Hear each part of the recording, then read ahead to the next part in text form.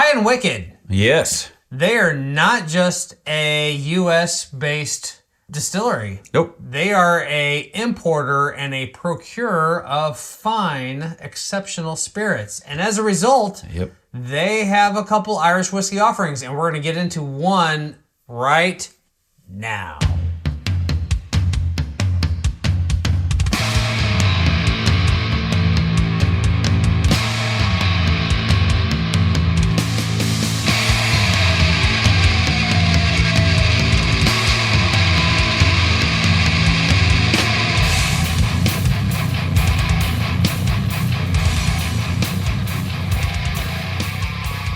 Welcome one and all to the Savor the Burn podcast. My name is Jonathan. Across the barrels from me is Mr. W2. How do you do?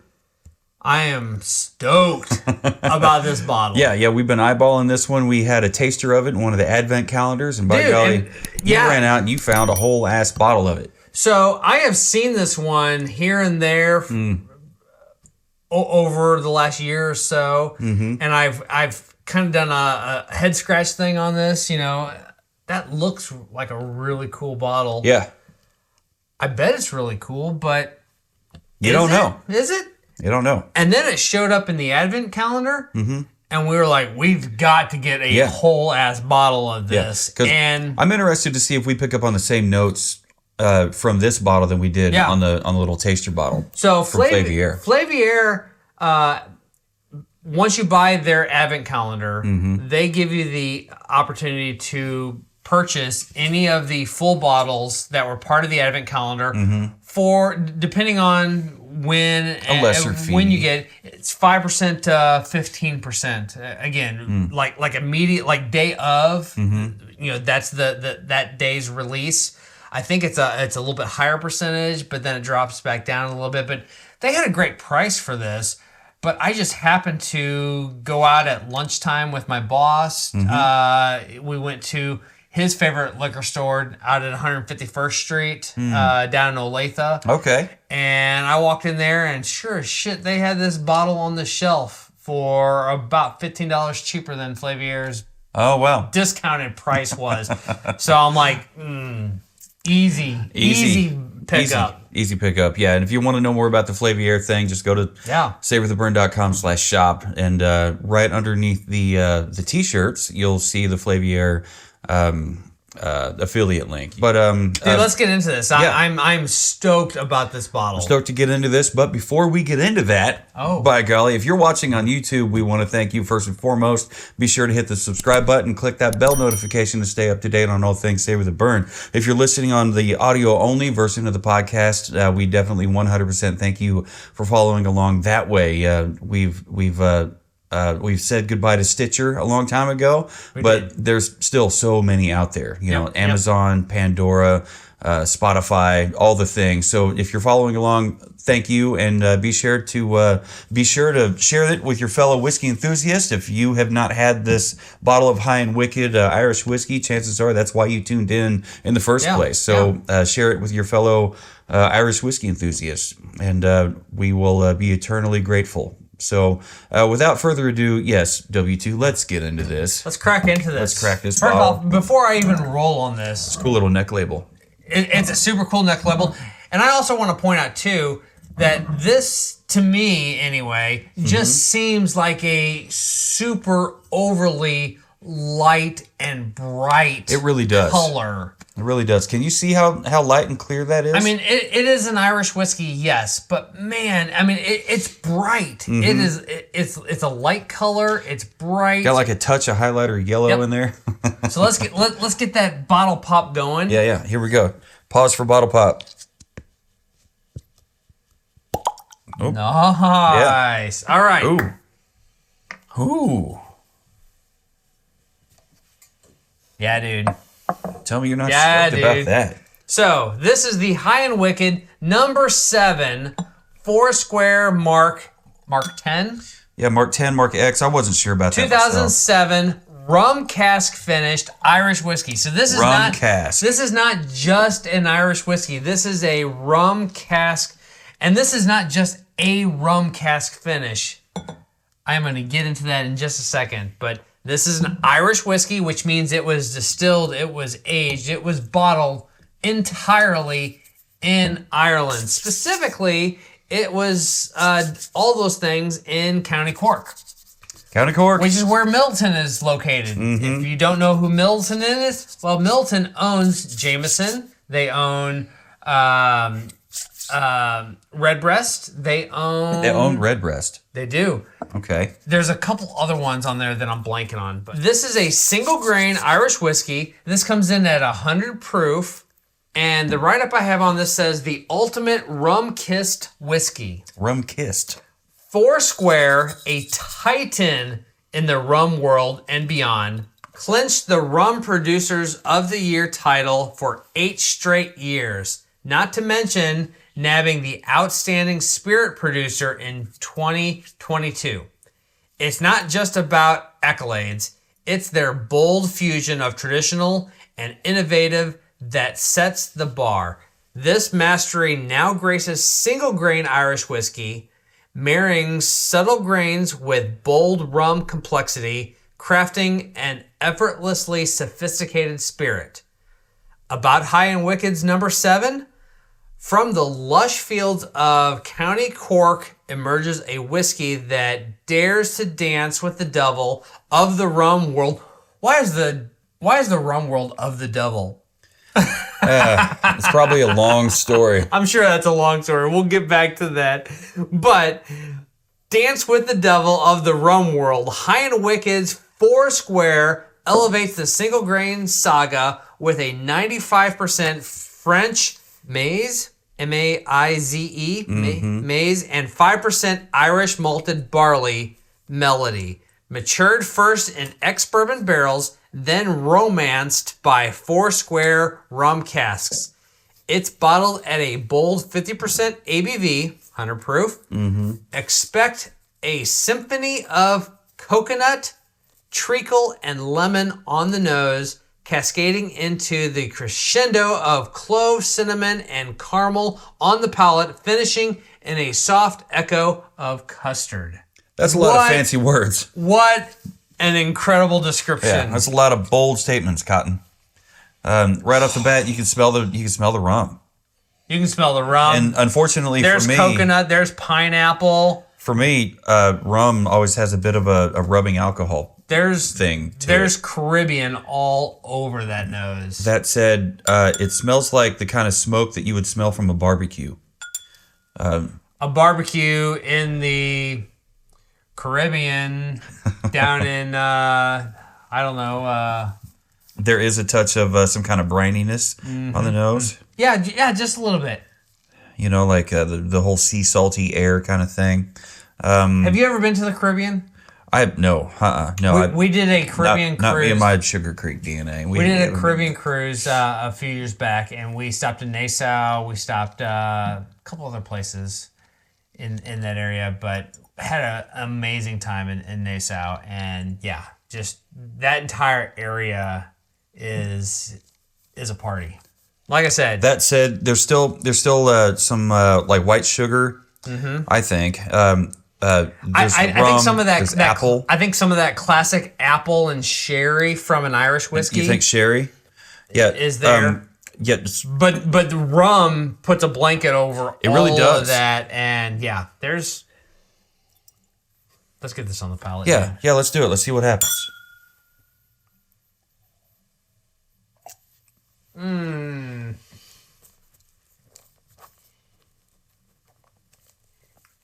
Custard for days. I mean, there's just so much vanilla custard. Maybe a little bit of citrus in there, some lemon and orange zest. Tropical fruits. Yeah. Papaya, maybe mango. Yeah, papaya and mango, for sure. And mango. Oh shit, mango is screaming on the finish. This is absolutely incredible. It was apple, vanilla custard, like you said. Wow. Look at those legs too. They are streaking. Oh yeah. I was thinking about that looking at that while you were talking and they earlier. Call him the streak. Woo! Do you know that song? I don't think so. No, that's all right. I think last time I brought up some. That's my Southern Baptist upbringing, some there. funky. They call him what?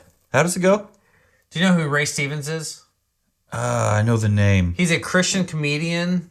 Okay, yeah. And Jennifer showed me some of his stuff. He's funny. He is funny. He is funny, and he does a handful of songs, and he's got a song called "The Streak."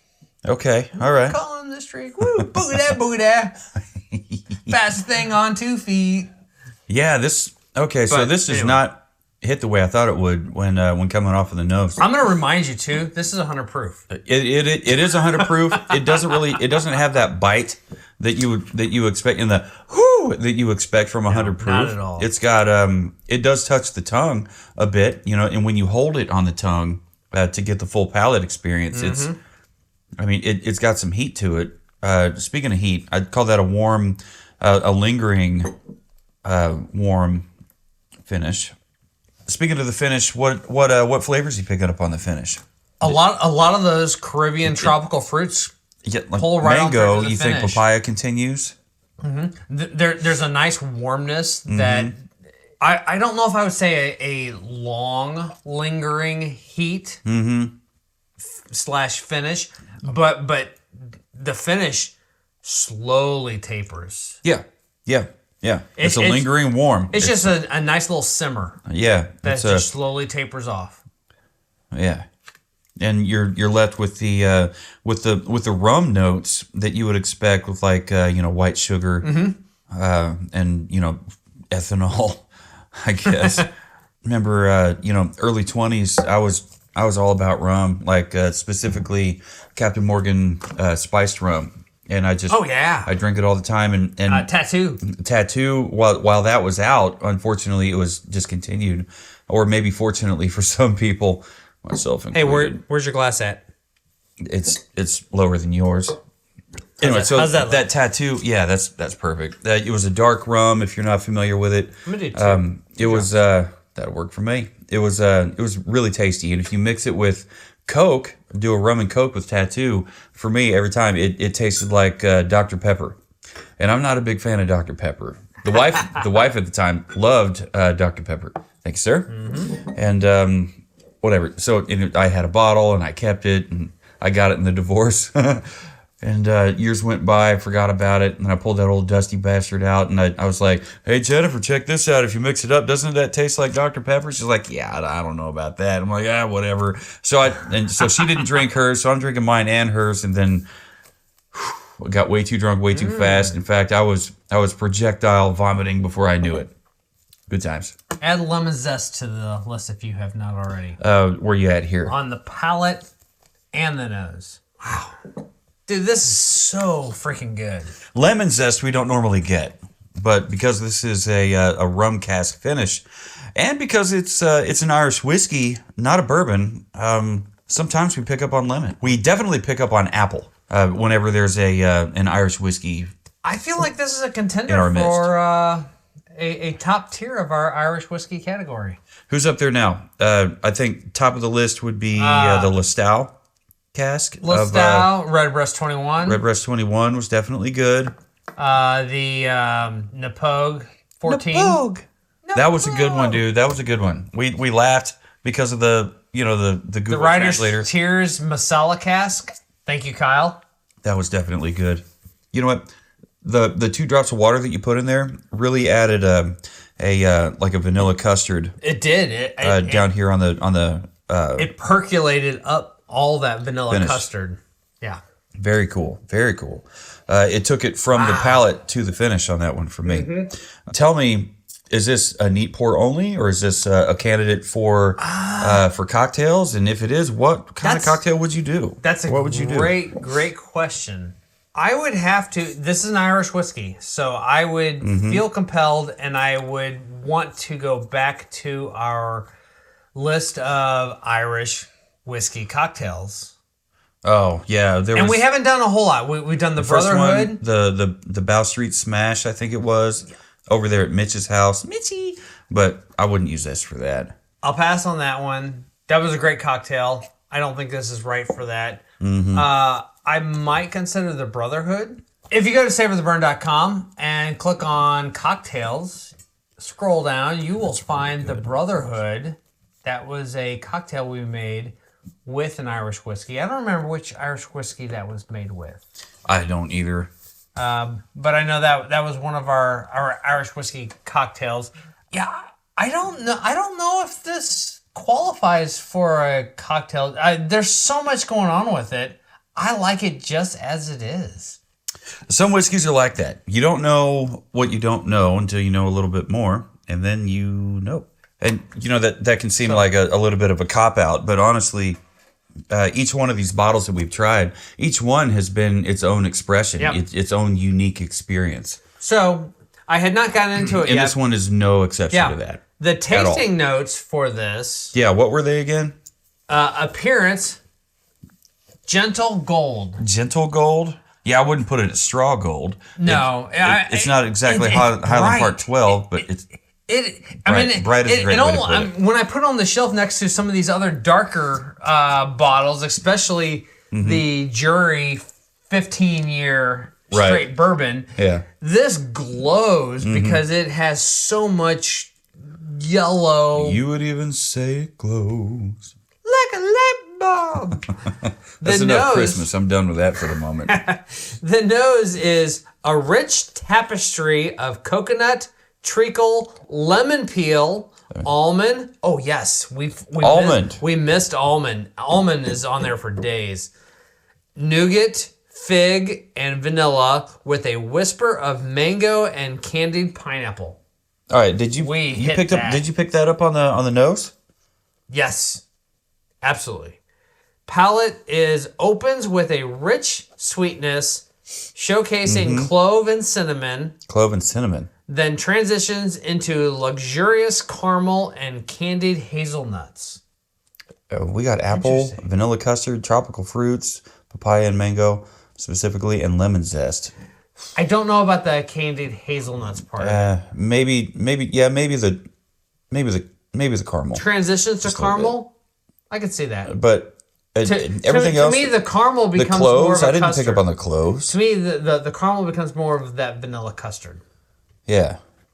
Finishes gently lingers and softly concludes with a comforting hint of custard. Of custard, yeah. All right. Days. So we got absolute days. For us, the mango, papaya, tropical fruits thing carried over into the finish. Lingering warm finish. We totally agree with that. I thought it was like a white sugar. Pardon me. Kind of thing because of the rum. I thought it had a touch of ethanol because of the rum part of it. No, thank you. Vanilla custard for sure, and almond. Almond shows up for sure down here on the finish. I think so.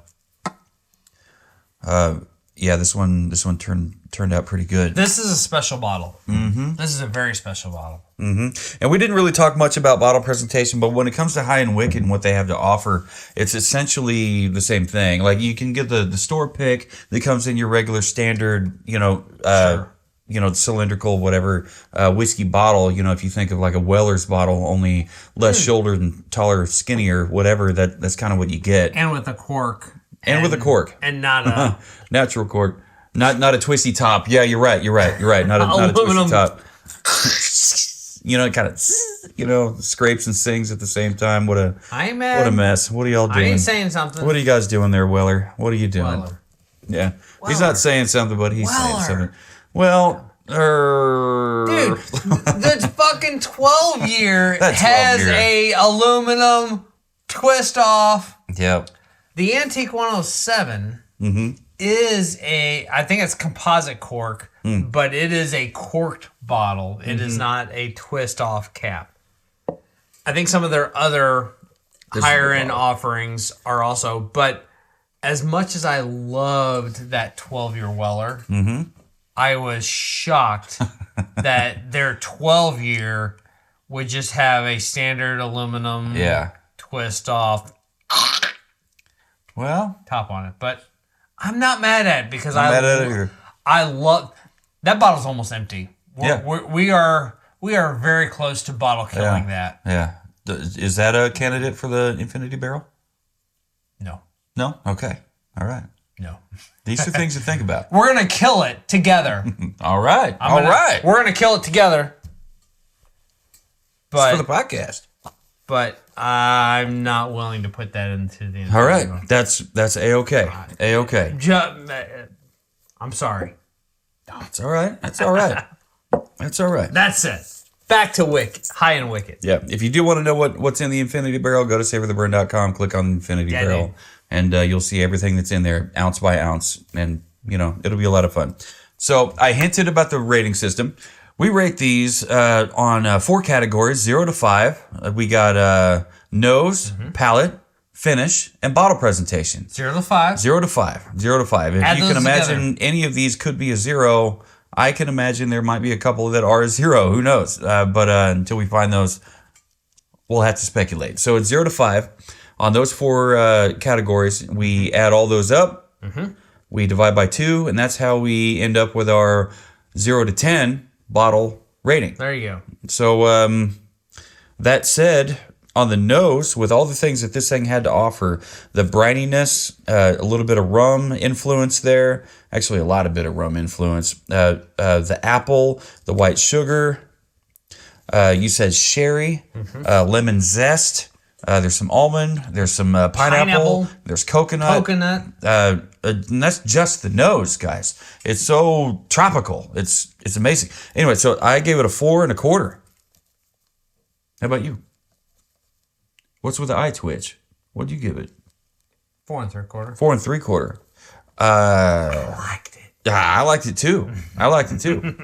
I think my predisposition against rum made me drop it back. Fair. But how about the palate? Whatever. The palate, we had apple, vanilla custard, tropical fruits, including but not limited to papaya and mango, probably pineapple and coconut as well. We'd have to get back into it. Or maybe you could get back into it, see if that shows up for you on the palate. Lemon zest, caramel that transitioned to more of that vanilla custard. And so I was very happy with it. So on the palate, I gave it a 4 1/4. Girl, same.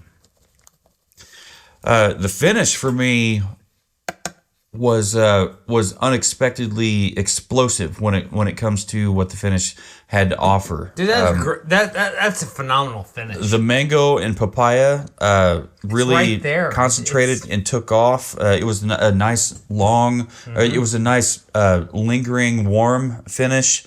The white sugar from the rum came back. And unfortunately, maybe a little bit of the ethanol thing that I just. That's the thing that gets me on the rum thing. It's a rubbing alcohol thing that I just anyway. But that vanilla custard came back, and it came back strong, and it was really good. But I don't have a lot of the and almond.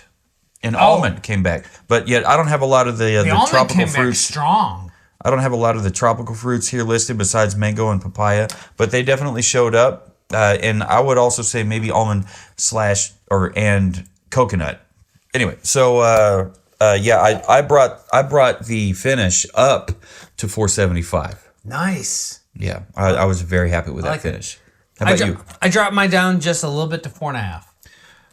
That's not bad. So you went from 475 on nose, 475 on palate, to 4.5 on finish. Yeah, that is not a bad rating, because this is not a bad whiskey. Nope. And it's Irish whiskey. Dude, I'm a fan. Yes, for sure. And we talked about the bottle presentation a little bit. We kind of touched on it, but I mean, if you remember the High and Wicked, the Jury episode we released maybe a couple weeks ago. This one, it's the same bottle, essentially. The only thing different is the juice inside and the information that's on the label. It still has a lot of great information on here. We got the mash bill. We got... Yeah, we got everything. Yeah, and I'll read real quickly. I'll read the perimeter message on here. I did not read the mash bill, so... Oh, you didn't? I did not. It is not in my notes. So what is the mash bill? Yeah, you did. I think because you said French maize. 95% French maize, 5% malted Irish barley. So Okay. I'm pretty sure you said that. Yeah. In the description, I did. Mm-hmm. Okay. That's a long run-on sentence. Non-chill filtered. Cloudiness may occur. Distilled in County Cork. County Cork. And a continuous Coffee column still? Mm-hmm. Coffee column still. Okay. Coffee is the brand. Oh, okay. It's column still. Coffee is the brand. Aged in ex-bourbon barrels and finished for 6 months in casks used for aging 12-year single blended rum. 12-year single blended? That's weird. Okay. Yeah. I did not have that in my notes. Yeah, used for aging 12-year single blended rum. That's the Foursquare rum. Yeah. Non-chill filtered. Foursquare brand, the brand. I said that. Cloudiness may occur. Foursquare Mark X, Mark 10, I don't know. 2007 finish. 100 proof, 50% alcohol, Irish whiskey. It's a really fun bottle, a great bottle to have on your shelf, even better bottle to share with friends and family. And bottle presentation, I gave it a 4.5. I stuck with my same score as the jury. 15-year straight bourbon. Right at 4 4 3/4. 3/4. Yep. So that leaves us with our final score. All those added up, divided by 2. What did you get? 9 3/8. 9.375. Not bad at all. Mine was 8 7/8. 8.875. Well, we are definitely within a bit. Yeah, that's not bad at all. Yep, I agree with you. I can't imagine using this one just because it's such a unique flavor. Like if you had 4 or 5 bottles of this on the shelf, maybe you would experiment. Think to experiment with it. But what do you do with an Irish whiskey that tastes so tropical? That's so rum forward. On the rum notes. And I'm not mad at that at all. And honestly, freaking good. I might have docked it a little bit because of the rum influence, because of the ethanol scare that my body immediately wants to freak out about. But it really did bring to the table a lot of the tropical influences that rum has to offer, without all the usual suspects of what rum brings to the table. I feel like this might be one of the better examples of what rum cask finishing has to offer. Okay. We know Barrel Craft has done such a thing, but who else? We haven't tried that. We haven't tried. Do we know who else has done whiskey aging in a barrel, in a rum barrel? I'm sure there's a lot. I know they're out there. If you have suggestions, please let us know. You can either send us an email, info.w2, or Jonathan, JONATHAN, at savortheburn.com, or just leave us a comment wherever it is that you're watching and or listening to this podcast. So I think, without further ado, this bottle is very interesting. Like I said, it's an Irish whiskey. If you like Irish whiskey, you'll get it. You'll get it, meaning you'll understand what Irish whiskey brings to the table. And if you have any experience with rum, you'll understand what rum brings to the table, and you'll have a very curious, wandering wonder as to what a bottle like this would bring to the dram. And by golly, we know. And if you would like to know, and hopefully you're watching this episode, you're listening to this episode because you want to know, share this with your fellow curious seeker friends, family, and fellow whiskey enthusiasts. So no matter who you are and where you are and what you're drinking, and who you're drinking it with, never forget, keep on burning.